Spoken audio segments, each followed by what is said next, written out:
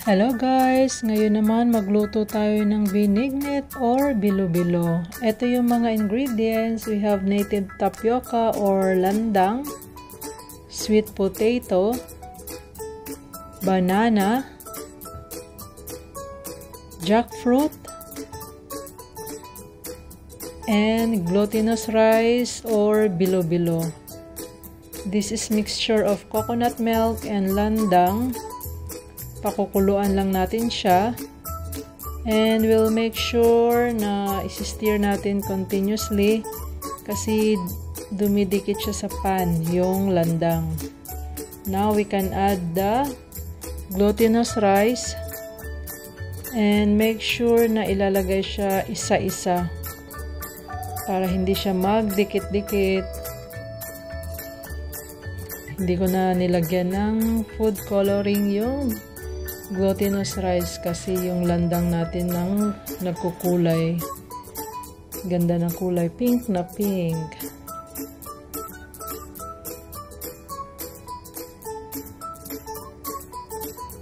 Masarap kasi itong sticky rice.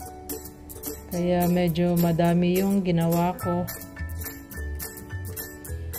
And we'll just stir and let it boil para maluto siya. Continuous lang yung stir natin guys para hindi siya magdikit sa pan. We'll just boil in a few minutes. And then we can add sugar. Wala kaming puting sugar kaya brown ang nilagay ko. And konti lang kasi hindi ko gusto yung masyadong matamis para hindi nakakaumay. So optional na yung sugar. Depende sa panlasa nyo. So once kumulo na siya, ilalagay na natin yung ibang ingredients like jackfruit, banana, and potato.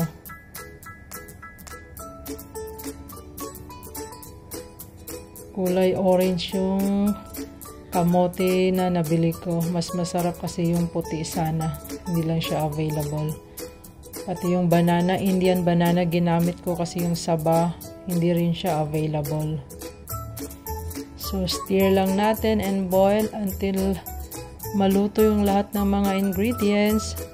And make sure stir natin from time to time para hindi magdikit sa pan.